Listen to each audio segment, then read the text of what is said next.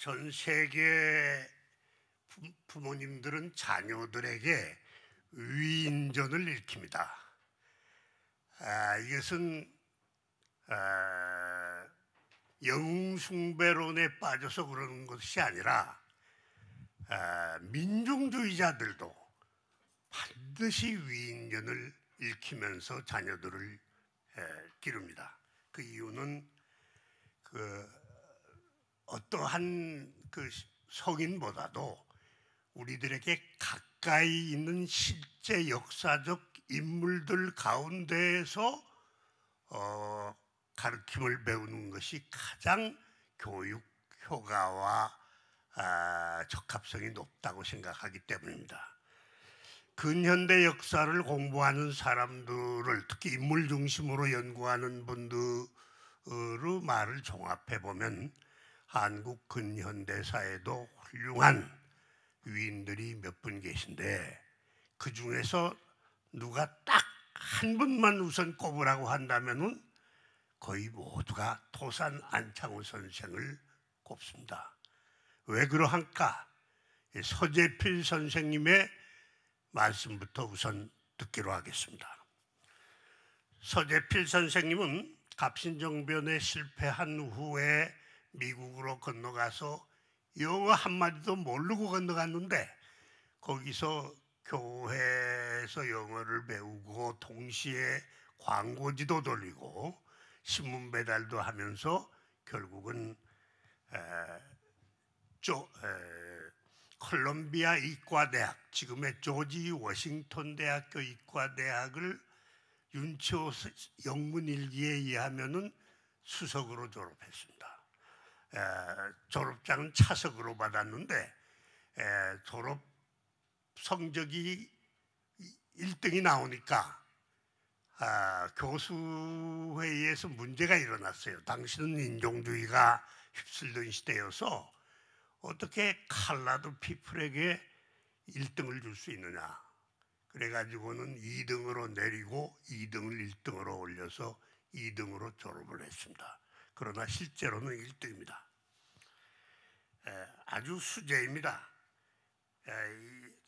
얼마나 수재이냐 하면은 지금도 그 잡지들이 많이 있는 시대에도 미국 동부 의학 잡지에 연구 논문을 게재하기가 참 어렵습니다. 그런데 필립 제이슨이라고 하는 영문 이름으로 이미 3편이나 올라가 있었습니다. 그러니까 굉장한 수재입니다. 당시 최고 지성, 세계 최고 지성인의 하나인데, 한국에서는 자꾸 그 한국인들을 그렇게 높이 평가하지 않으려고 하는 악습이 있는데, 이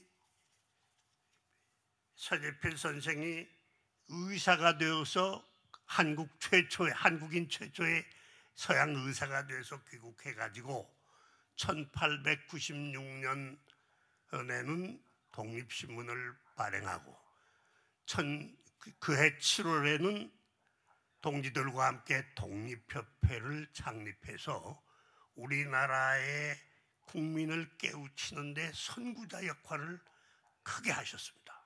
그리고 미국에 돌아가신 후에도, 부인이 미국 부인이었는데 미국에 가신 후에도 계속해서 독립운동에 참여하시면서 독립운동을 적극 지원하셨습니다. 이러한 세계 지성인이 자기가 수재였기 때문에 남의 칭찬을 거의 하질 않았어요. 제가 독립협회 연구를 쓰면서 샅샅이 자료를 드렸는데 남 칭찬 안 합니다. 그런데 1938년에 도산 안창호 선생이 별세하셨다는 소식을 듣고 대학생들의 뉴스레터에다가 청탁도 안 했는데 간단한 그 소회를 적으셨어요. 인물평을 적으셨습니다. 서재필 선생은 도산 안창호 선생을 아브라함 링컨에 비유하시면서 그가 아는 독립운동가 중에서 가장 뛰어난 인물이라고 평가를 하셨습니다. 왜냐하면은 도산 선생은 문제의 핵심을 정확히 포착하고 문제를 끊임없이 성실하게 공부를 하고 연구를 하면서, 그리고 그 다음에는 그 문제를 해결하기 위한 해결 방법과 방향을 반드시 제시해 주신다고 지적을 하셨어요. 서재필 선생의 설명에 의하면 독립운동가들의 뛰어난 인물들이 많기 때문에 문제의 핵심을 정확히 포착하는 분들은 상당히 많이 있다. 다 뛰어난 분들이다. 그런데 그 문제를 어떻게 해결하고 그 해결 방향이 어때야 될 것인가까지를 함께 제시해 주는 분은 극히 드문데 그 중에서도 도산이 단연 최고이다. 그래서 대학생들이 이걸 주목하라고 권고를 합니다. 둘째는 서재필 선생은 도산 안창호 선생이 명석한 두뇌로 끊임없이 공부를 하시고 자습을 하고 끊임없이 연구를 하면서 실제 실천과 경험에서 또 그것을 학습한 것을 비추어 현장 학습을 하기 때문에 그가 대학을 나오지 않았다, 뭐 옛날 공부만 했다고 하고 대학 안 나온 것을 문제 삼는 학생들이 있는데 그것은 전혀 문제가 되지 않는다.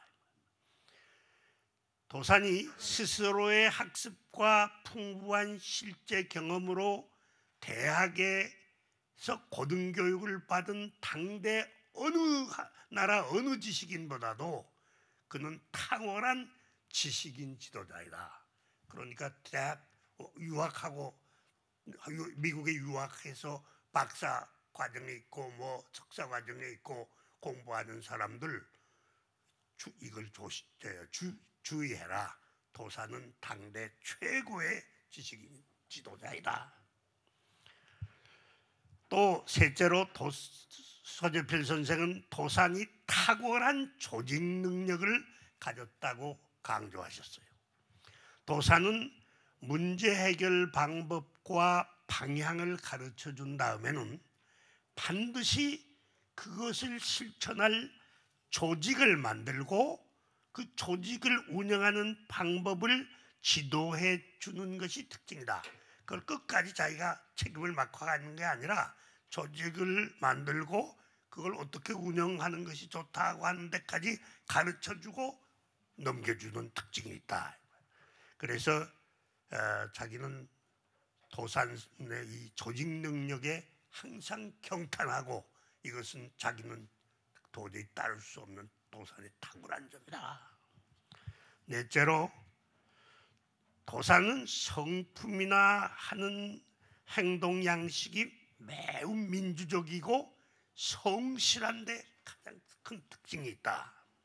도산은 자기와 반대되는 의견도 존중해서 끝까지 경청해야 하고 취할 것은 반드시 취해서 자기 것을 만들었다.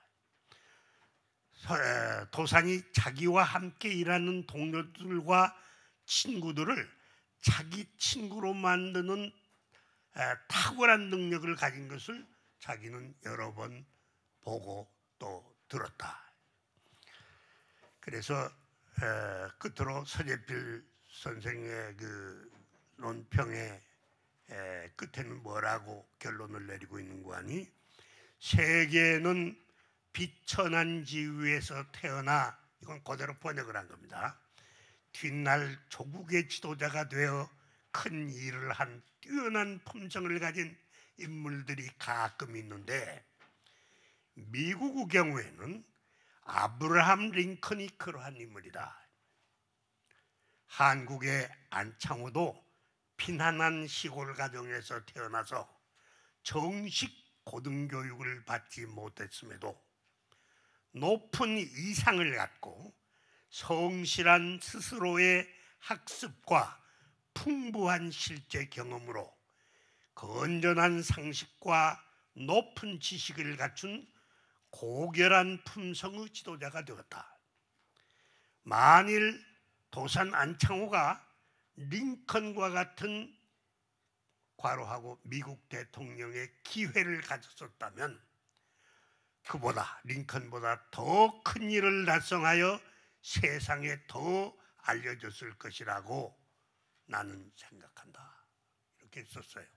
그래서 그 후부터는 한국에서는 이걸 영어로 아주 그냥 갈겨 써서 잘 알려져 있기 때문에 잘 모르는데 미국에서는 상당히 많이 알려져 있습니다. 이 논평이.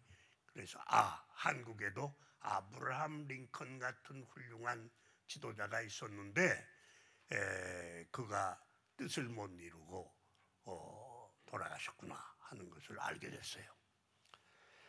우리가 도산 선생의 생애와 활동을 한번 이 평전을 쓰거나 또는 뭐 있거나 해서 검토해 보면 서재필의 선생의 도산 논평은 정곡을 찌른 것임을 바로 알 수 있습니다.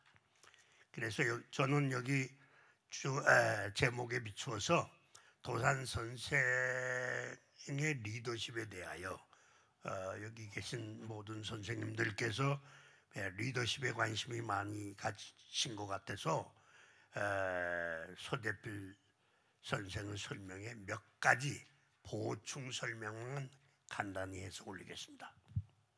첫째로 리더십을 갖기 위해서는 또는 리더가 되기 위해서는 대의를 국민과 공유해야 됩니다.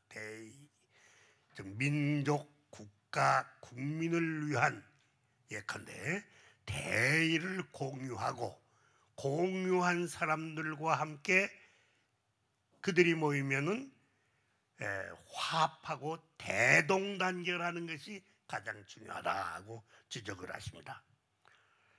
도산의 리더십은 언제나 민족과 국가를 위한 고상한 대의를 최상위의 목표로 정하고 국민과 함께 공유했습니다.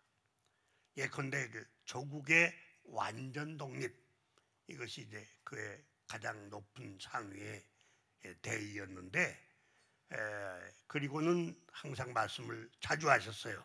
나는 밥을 먹을 때도 독립을 생각하고 잠을 잘 때도 독립을 생각한다. 그래서 그 대의가 없으면은 절대로 대의를 우에 높이지 않으면 리더십은 생기지 아니합니다. 그리고 그 대의를 공유하는 사람들과 함께 모여야 그 속에서 리더십이 생깁니다. 그 대의를 한번 모이면은 정립이 되면은 그 다음에는 그 같은 대의를 가진 사람들과 동조 공명하는 사람들이 모였으니까 차이가 있어도 그것은 크게 생각하지 말고 반드시 그 같은 대의를 위하여 대동단결하고 함께 협동하는 기본 자세를 가져야 된다.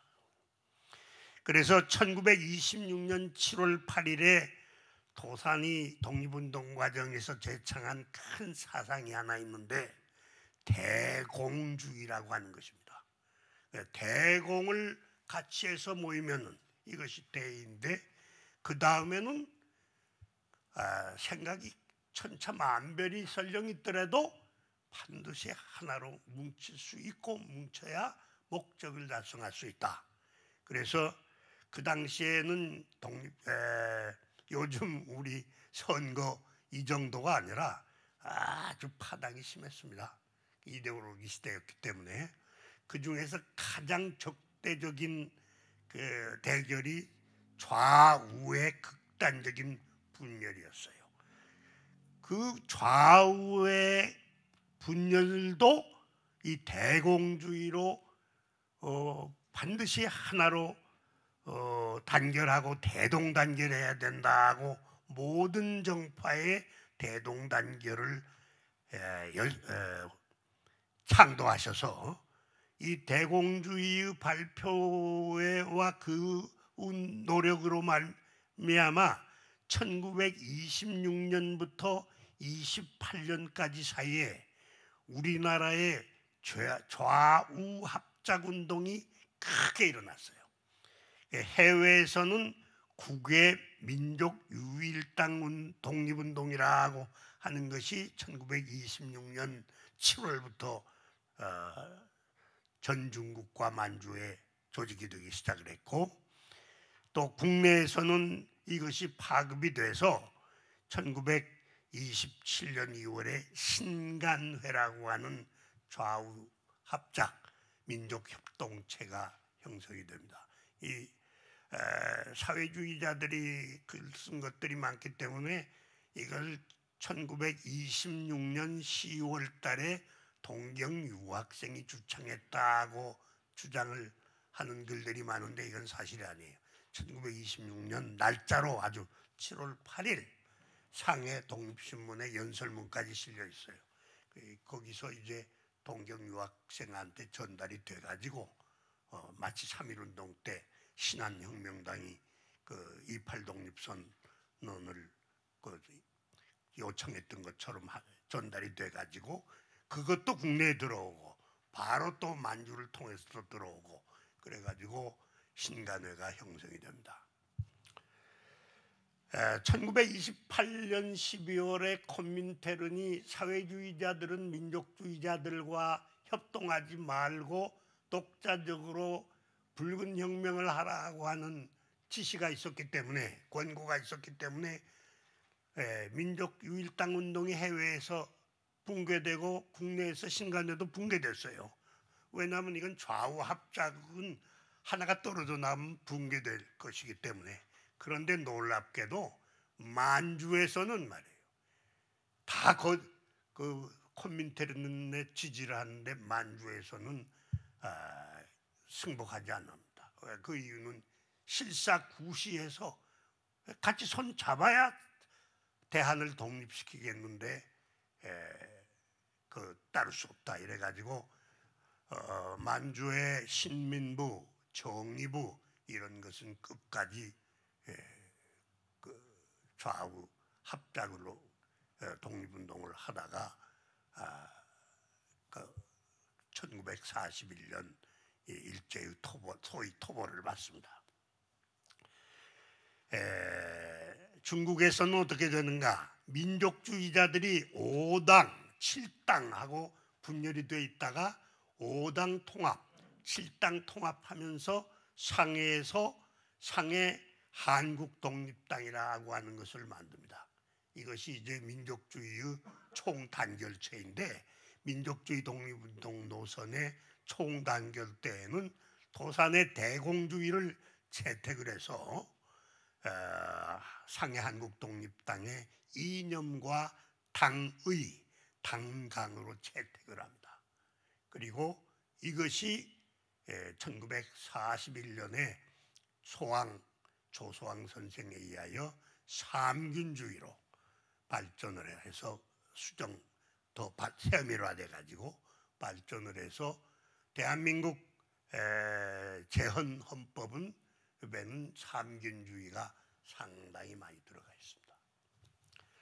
그 다음 둘째로 도산 선생은 백성들에게 밀착하는 친화력과 정직, 진실에 이거한 신뢰의 형성을 무엇보다도 강조를 하셨어요. 도산 선생의 리더십은 백성들, 국민 속으로 들어가서 그들과의 친화력, 아피니티를 형성하고 그들의 친구가 되는 것을 기초로 했습니다. 친화력의 첫걸음은 그들과 대화하고 소통하는 것입니다. 대화하고 소통하지 않으면 처음부터 친구가 될 수가 없어요. 친구를 만들어야 됩니다. 도산은 반대자의 의견도 끝까지 경청을 하고 소통하며 취할 것은 흔쾌히 취했어요. 그 다음 소통한 다음에는 그들과 그들에게 신뢰를 주고 신뢰를 교환해야 합니다. 신뢰의 기초는 무엇인가? 정직, 진실, 진정, 정직성, 진실성, 진정성이 신뢰를 주는 것입니다. 작은 말과 작은 행동에도 언제나 정직하고 진실해야 한다. 이것이 그의 가르침입니다.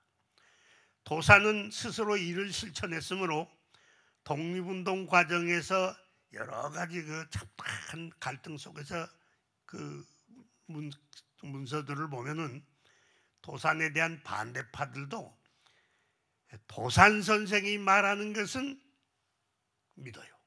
그러니까 다른 분들이 협상에서 말할 때는 항상 논쟁을 하다가 결국은 합의가 되면은 그럼 도산 선생에게 그걸 말씀하도록 해라. 그래서 도산 선생이 말하면 믿어요.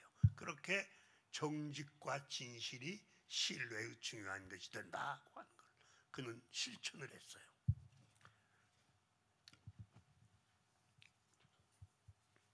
시간 되면 말씀해 주세요. 그 다음 셋째로 문제에 대한 높은 지식과 준비. 도사는 국민의 관심 주제 또는 대의와 관련된 특정 주제에 대해서 항상 주제가 설정이 되면은 사전에 그것을 공부를 하고 그에 대해서 아주 높은 지식을, 깊은 지식을 가지려고 아주 노력을 하고 그 지식을 준비를 했습니다.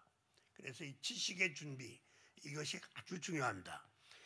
항상 독서를 했고 다른 사람의 의견, 경험담, 강연회의 강연, 어떤 특정한 분이 아주 진정성을 진실하게 아주 진정으로 주장을 하면은 아주 열심히 경청을 해서 그걸 반드시 취하려고 노력을 했어요. 그래서 그걸 모두 자기 지식과 지성을 향상시키는데 체계화적으로 집어넣었습니다. 도산에 의하면 국민과의 소통 후에 제기된 주제에 대해서 성원들 또는 국민보다 지식이 높지 아니하면 진정한 리더십은 형성되지 않는다. 그러니까 모든 걸 다 지식이 높을 수는 없다. 그러나 어떤 주제가 만들어져서 그것을 가지고 토론을 할 때, 논쟁을 할 때, 토론을 할 때, 논의를 할 때 그걸 미리 연구하고 많이 알아서 그 지식이 높지 않으면 진정한 리더십은 성립되지 않는다. 형식적인 리더십은 몰라도 실질적인 진정한 리더십은 성립되지 않는다. 넷째로 지도자로서의 반성과 수양과 수련. 도산에 의하면 지도자는 사회의 상식과 윤리를 잘 준수해야 된다. 지도자는 국민과 함께 가야 되기 때문에 언제나 사회의 상식과 윤리를 준수해야 하고 스스로의 인격 수양과 수련을 쌓아나가야 한다. 그래서 지도자 양성을 위하여 청년학우회와 흥사단을 창립했는데 이걸 매우 강조했어요. 흥사단 청년학우회의 덕목이에요. 지도자도 실수를 얼마든지 할 수 있다. 이때에는 항상 성찰하여 같은 실수를 반복되는 일이 없도록 하고 더 훌륭한 상식과 윤리적 행동으로 보상해야 된다. 그걸 혼자 반성해서 끝나지 말고 그것을 극복하는 실천 반성의 그 행동을 보상하는 것으로 보여야 한다. 그래서 깨끗이 씻어버리는 것이 좋다. 도사는 청년학우회와 흥사단을 창립해서 나라를 구할 독립을 쟁취할 인재양성 사업을 시작하면서 이들은 다 민족 간부들이 될 인물들이므로 반드시 지도자로서의 수양과 수련을 개별적인 수련뿐만 아니라 동맹수련 등의 방법으로 훌륭한 도덕적 품성, 도덕적 인재로, 도덕적 지도자로 스스로 또 친구들끼리 격려해 가면서 양성해야 된다고 강조를 하셨어요. 여섯째로 실제적 실용적 지도. 도사는 언제나 과제 해결에 실제적 도움을 줄 수 있는 실용적 실제적 해답을 제시하고 지도했어요. 이때 이념과 원칙은 당연한 전제입니다. 이념과 원칙을 버리라는 이야기가 아니라 이념과 원리 원칙은 당연한 전제이고 그것만 자꾸 강조해서는 우활한 것이 된다.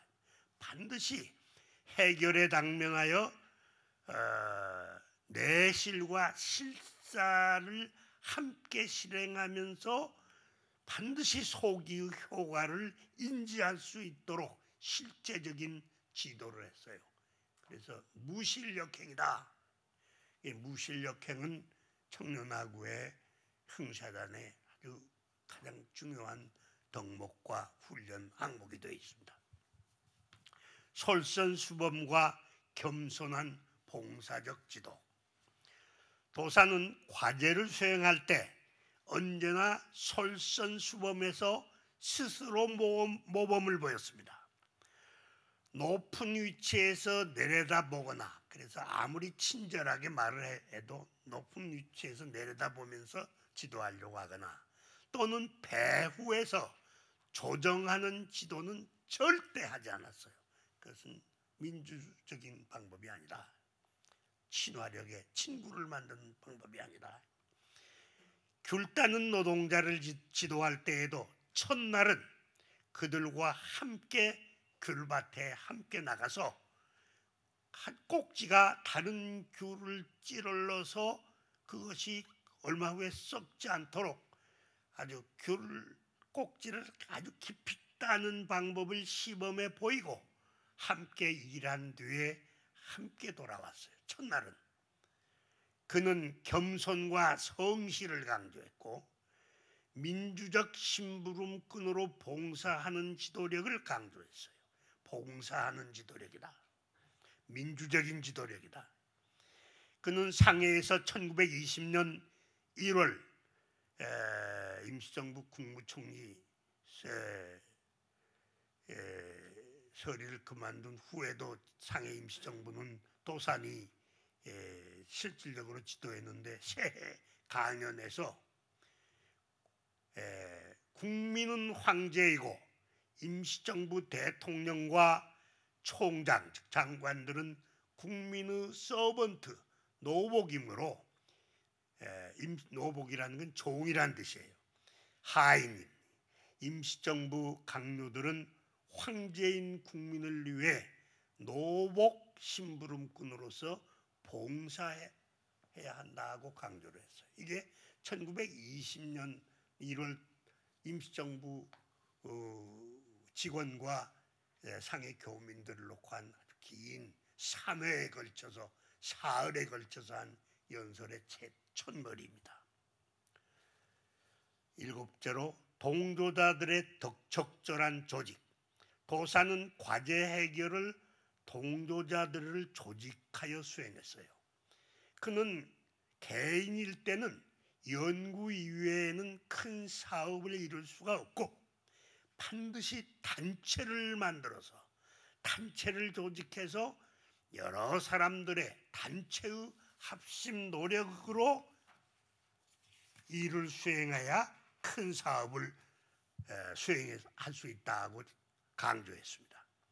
그가 구한말의 공립협회, 대한인국민회, 신민회, 청년하구회, 그 후에 흥사단, 독립당, 통합임시정부, 기타 등등 수많은 조직을 했는데 이러한 조직을 한 것도 이러한 아주 이유가 아주 분명하게 있기 때문이었어요. 이때 무엇을 주의해야 하는가? 모든 개인은 장점과 단점이 있다. 도산 선생의 특징 하나는 사람을 보고 대화를 자꾸 하니까 친구를 만들려고. 그래서 이분은 장점이 뭐다 하는 걸 얼른 포착을 하고 그 다음에 이제 단점은 뭔가를 살핍니다. 도산에 의하면 단체를 만들거나 정당을 만들거나 정부를 만들거나 이것은 성인 군자 또는 뛰어난 사람들로만 조직하는 것이 아니라 목표가 동일한 각계각층의 평범한 각종 사람들로 만드는 것이다. 우리가 하려고 하는 건 간디당을 만드는 것이 아니라 평범한 사람들을 모아서 큰 일을 수행하려고 하는 것이다. 따라서 무엇보다도 개인의 장점을 취하여 그 장점을 활용하도록 노력하고 적절하게 그 장점이 임무를 수행하도록 임무를 배분하는 것이 중요하다.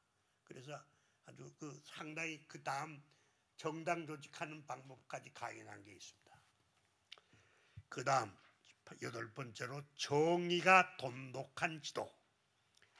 도사는 임시정부, 정당, 독립운동 단체 등등 모든 조직에서 항상 국민과 조직원들의 인격을 존중하고 정서가 메마른 지도가 아니라 도산 선생의 표현에 의하면 정의 돈수하여 상호 간의 애정이 돈독하게 자꾸 닦여지고 쌓여가는 지도를 강조를 했어요.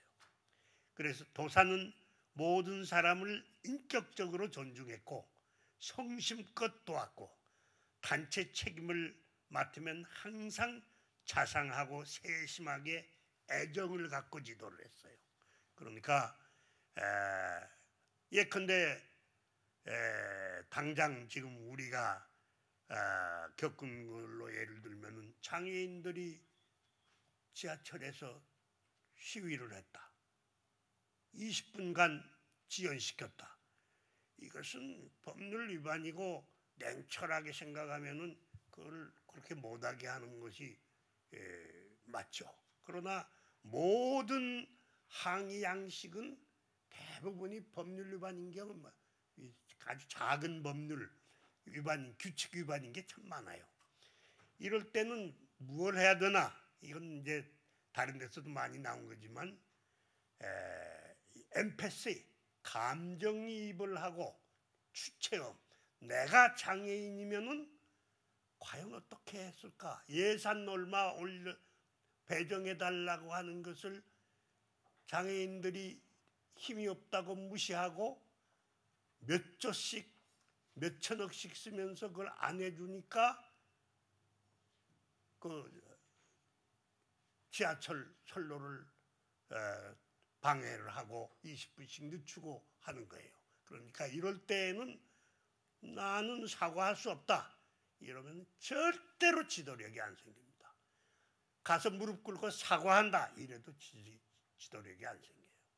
엠패시를 하고 추체험을 해서 자기도 가서 휠체어를 한번 타서 같이 옆에 앉아가지고 과연 얼마나 이게 힘들게 살고 있구나 하는 것을 깨닫고 하면은 그 다음부터는 그는 아주 그냥 장애인 그룹에서는 도저히 누구도 그 이상 갈 수 없는 큰 지도자가 되죠. 그러니까 애정을 가지고 지도를 해라. 이것이 아주 중요한 것입니다. 그래서 이 정의 돈수하라.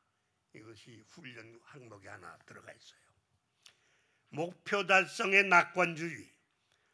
도산의 리더십은 목표가 정당하고 실천 방법이 과학적이며 성실하면 어떠한 고난이 와도 극복해서 목표를 성취할 수 있다는 낙관주의가 특징이었어요. 목표가 아주 고매하고 정당하고 다 동의하고 그 다음에 그 실천 방법이 과학적이고 합리적이고 실사구시하면 성실하면 어떠한 고난이 오더라도 극복해서 목표를 달성할 수 있다. 낙관주의를 가져야 된다. 오직 그 성취의 시간에 빨리 할 수 있고 약간 늦게 할 수 있고 차이가 있을 뿐이다. 옳은 목적과 과학적 실행은 반드시 최후의 승리를 결과한다는 신념을 갖고 독립운동을 해야 되고 동지들에게도 또 그렇게 할 것을 가르치고 강조를 했어요. 일제가 1937년 7월에 중일전쟁을 일으켜서 초기에는 아주 승승장구를 했어요. 정말 놀랍게. 그때 애국 인사들이 낙담을 해가지고 이제 일제가 중국까지 다 점령해서 이제 우리 독립이 아주 불가능하게 되지 않는가 좌절감을 갖고 있는 것을 보고 병석은 도산에서 운명할 때까지 이거 그대로의 말씀, 그 도산 선생의 말씀이에요. 이 전쟁의 끝에는 반드시 우리 조선이 독립될 것이니 낙심 말고 일제에 협력하지 말고 저항해주고, 이게 그 유언이에요. 그래서 맨 마지막에 돌아가시기 전에 돌아가시기 직전에 문명한 분의 기록에 의하면은 조선 김치가 먹고 싶다. 그래서 이 동치미 김치를 끓여다 드렸더니 한 모금 마시고는 삼키지를 못하시는 거예요. 기운이 없어서. 그래서 돌아 누우시면 손을 한번 잡으시더니 또 손이 풀리더니 마지막 유언이 뭐냐? 낙심마오. 그러니까 왜 자꾸 자기가 존경하는 윤치호 선생이 1914년에 변절했는가? 1932년에 일제헌병대에 잡혀서 호송되어 오셔가지고 하루를 윤치호와에게 함께 보내도록 했어요. 이제 회유하려고. 그래서 왜 나의 존경하는 선배가 이렇게 친일파로 되셨는가 하고 관찰하니까 이분이 윤치호 선생이 조선의 처지와 일본 제국주의에 흥성하는 걸 비교해보고 낙담을 해서 이렇게 무식하고 무지한 조선민족이 어떻게 국가를 독립을 시킬 수 있겠는가. 그리고는 민족이 소멸되지 않도록 민족의 생존만 보존해도 다행이니까 하고 설득을 하는 걸 보고 이 뛰어난 지성 수재도 낙담하니까 이렇게 되는구나. 그래가지고 그 후부터는 낙담하지 말라는 걸 그렇게 강조를 합니다. 그 다음 10번째로 대사업 수행에서의 용감과 희생. 도사는 민족과 국가를 위한 대사업 수행에서 필요할 때는 아주 용감해야 하며 필요할 때는 목숨을 바치는 희생도 각오해야 한다고 강조했습니다. 충의 용감, 이것입니다. 이 청년하구의 흥사단의 교육의 덕목입니다. 도사는 1907년 초 국내에서 신민회를 조직해서 국권 회복을 하려고 리버사이드를 떠나 귀국할 때 가족을 아내에게 부탁하고 그 자신은 생명을 조국과 민족에 바칠 것을 결의해서 일생 동안 활동했어요. 그때 이제 나라에다 목숨을 바치겠다고 생각했어요. 그러나 목숨은 귀중하고 하나밖에 없는 것이기 때문에 아주 정말 꼭 필요할 때 가볍게 바치는 것이 자중자애에서 항상 신중하게 행동을 해야 한다는 걸 지적을 합니다. 그는 큰 일을 할 때는 신속하게 결행해서 조금 더 결행해서 머뭇거리지 않았어요.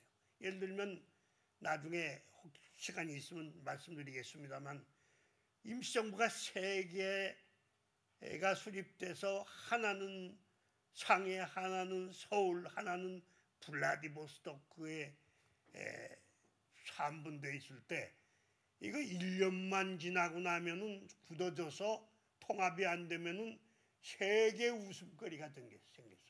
3.1운동을 세계가 칭찬을 했는데 3.1운동의 결과로 생긴 세계 임시정부가 서로 자기가 임시정부라고 하면서 다투면은 그게 한국 민족이 그에게 임시정부 세우지 못한 것만도 못하게 웃음거리가 되니까 6월 28일 날 1919년 6월 28일 날 취임을 해서 9월 11일 날, 즉 두 달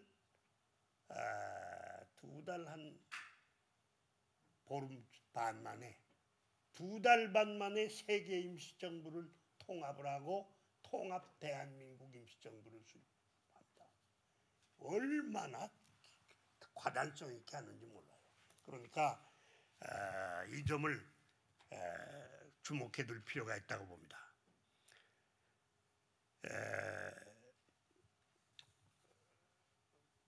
도사는 구한말 귀국해서 1907년 신민회를 결성을 할 때부터 완전히 몸과 마음을 다 종교에 바치기로 결심을 했는데 시간이 얼마나 남았습니까 지금?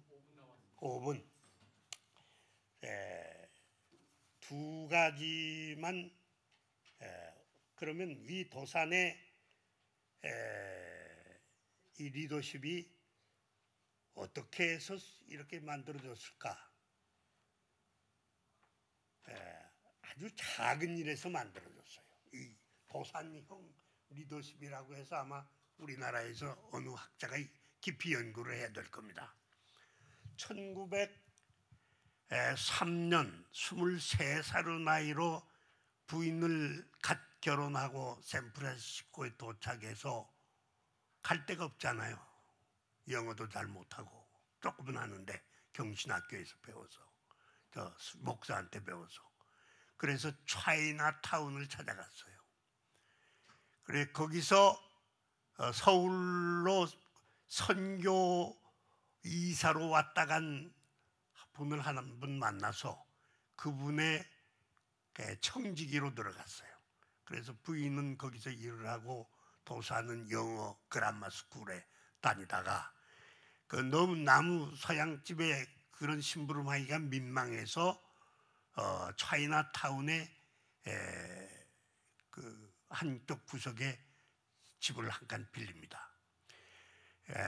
가서 보니까 한 20가구 정도 차이나타운 한 구석에 사는데 한국인들의 집들이 가장 더럽고 그냥 이게 곧 나무집이고 새 들어 사는 집이고 곧 떠날 거니까는 뭐 창문에 커튼도 없고 뭐 풀 한 포기 안 심고 꽃 하나 없고 되는 대로 사는 걸 보고 깜짝 놀랐어요. 이건 한국 사람들을 서양 사람과 중국 사람까지도 웃지 않겠는가.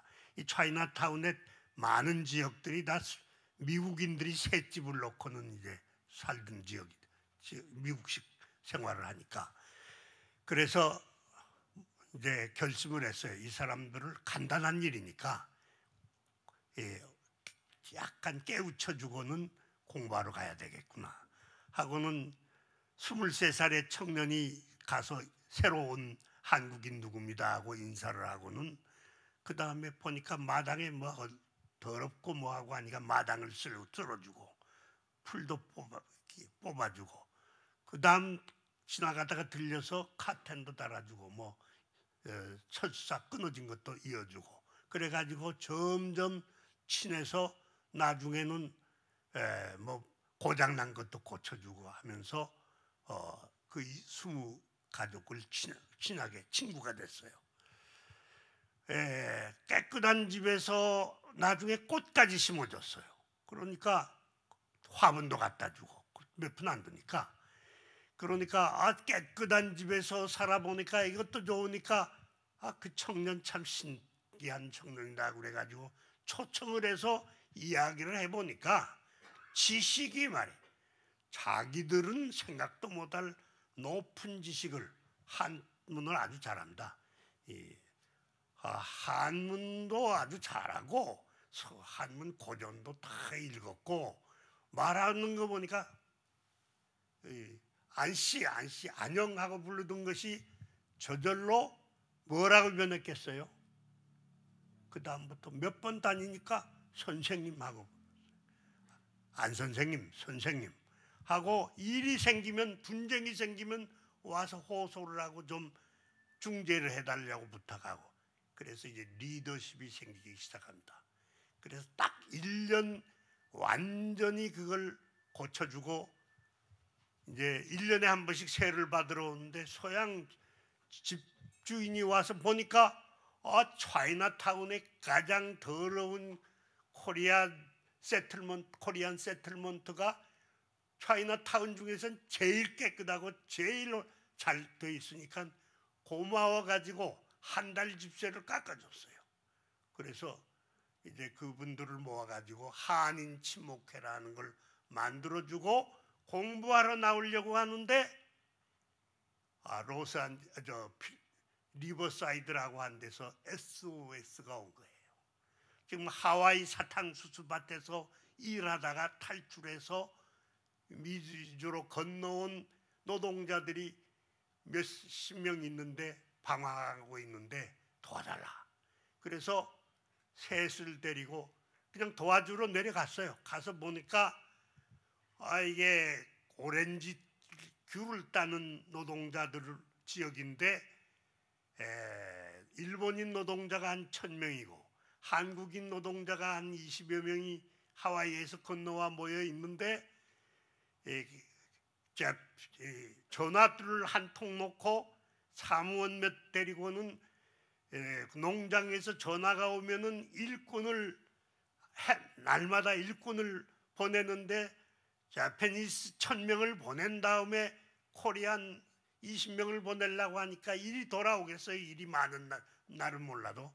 그래서 코리아 캠프를 만들어야 되겠다. 그래가지고 돈을 빌려서 코리아 캠프 전화통을 한 대 놓고 코리아 캠프를 만들었어. 그래가지고는 훈련을 시킵니다. 여기 있는 사진에 나온 것들이 그 초기 그거예요.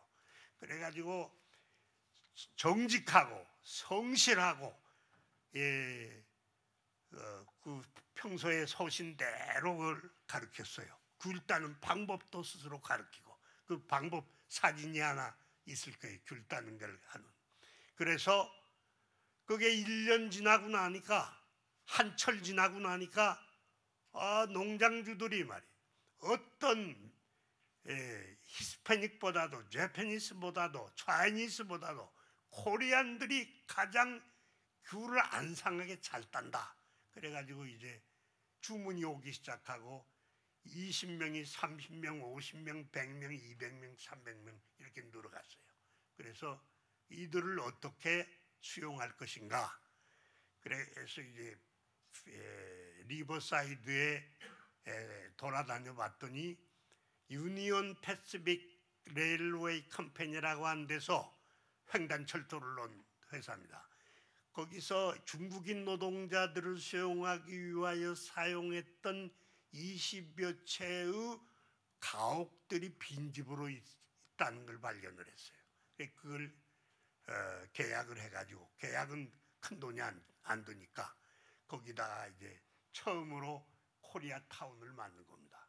밖에다가는 한글로 한인 노동국하고 쓰고 그리고는 거기 들어오는 모든 분들에게 자치 조직을 만들어서 우선 청결 그 다음에 그 거리를 항상 깨끗이 하도록 꽃을 심고 가꾸고 카텐을 치고 그래서 서양 사람들보다도 가난은 하지만 더 깨끗한 생활을 하도록 하면서 거리 청소 같은 걸 아주 참 열심히 시켰어요. 그래서 여기서 이제 자치회가 순금까지 다 만들어 선거에서 자치 조직을 했는데 이것이 그래서 이게 리버사이드 공립협회라고 하는 걸 만듭니다. 처음에 그때까지만 해도 교육학을 전공해서 박사를 따가지고 돌아갈 생각을 하고 있었지 자기가 리더가 되려고는 안 했어요. 그러다가 이제 성공을 하고 난 다음에 이 리버사이드 공립협회 회원들이 다른 데에 와 있는 우리 동포들도 선생님이 지도를 해서 이렇게 해주셔야 되겠다고, 우리가 돈을 자금을 댈 테니까 미주 한인들을 다 구제해 달라고. 그래서 매우 민망했지만은 뭐 해야 될 일이니까 샌프란시스코에 가서 거기서 전미주 공립협회를 조직을 하고, 샌프란시스코에 본부를 두고 리버사이드는 지부로 바꾸고 공립신문을 만들고, 그러다가 나중에 이 공립협회를 대한인국민회로 이름을 바꾸고 공립신문을 신한민보로 바꾸고 해서 나중에 전 외국에 있는 한국인들을 조직해서 리더가 됩니다. 해외 교민들의 리더가 됩니다. 시간이 지났죠. 그래서 거기서 생기는 그 어떠한 리더인가? 이 리더는 지금 우리 대한민국을 앞으로 이끌어가는데 가장 적합한 유형의 리더십입니다. 그러니까 도산 안창호 상해 임시정부를 어떻게 통합시키는가, 이건 더 극적이에요. 정말 도산이 아니면 대한민국 임시정부는 하나로 통합해서 수립이 안 됩니다. 도산 선생의 이 리더십에 의하여 도산 선생이 독립운동을 그나마 독립을 쟁취하여서 파리로 돌아올 수 있게 한 기초를 닦으신 분이에요.